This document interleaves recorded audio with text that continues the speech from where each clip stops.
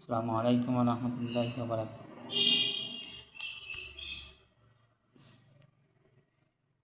আমি একটু চেষ্টা করব ওয়াজের জন্য। নবীজি এত অসুস্থ, উঠতে দাঁড়াতে পারে না।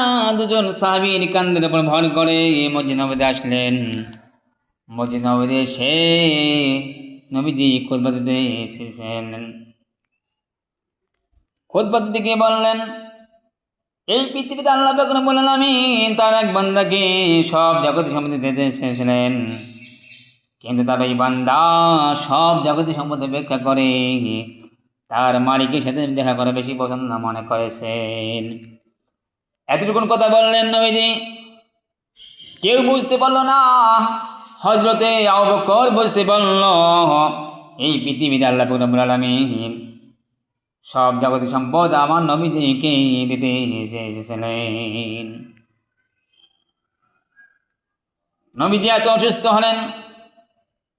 নবীজি অসুস্থ অবস্থায় বাড়িতে চলে গেলেন। কখনো হুঁশ কখনো বেহুঁশ, এর মধ্যে সারা জানা হয়ে গেল। নবীজি বললেন, আয়েশা দেখো তো এখন কোন সময়? আয়েশা হা বললেন, ইয়া রাসূলুল্লাহ ইয়া হাবিবাল্লাহ, এশার আযান হয়ে গেছে। সাহাবীরা নামাজ আদায় করতেছে। সাহাবীরা আমার বাবা ইমামতি নামাজ আদায় করতেছে। নবীজি বলেন, আয়েশা আমার মাথাটা উঁচু করে ধরো আর জানালাটা খুলে দাও, আমি একটু নামাজের দৃশ্য দেখি। নবীজি আয়েশা রাদিয়াল্লাহু আনহা কি করলেন? নবীজি মাথাটা উঁচু করে ধরলেন আর জানালা খুলে দিলেন। নবীজি নামাজের দৃশ্য দেখলেন। নবীজি নামাজের দৃশ্য দেখি নবীজির চোখে পানি চলে আসলো।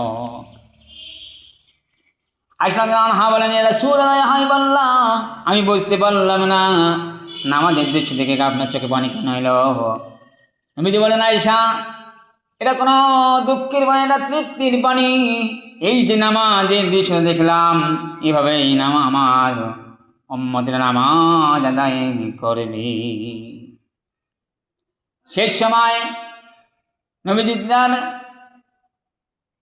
স্ত্রীর কথা বললেন না, তার নাতির কথা বললেন না, তার সন্তানের কথা বললেন না।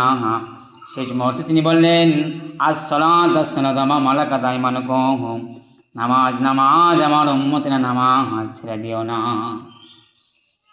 এই নামাজের কথা বলতে গেলে নবীজি এত সুন্দর করে নামাজের কথা বললেন, কিন্তু আজ আমরা নামাজ কি বিষয় সেটা বুঝতে পারলাম না।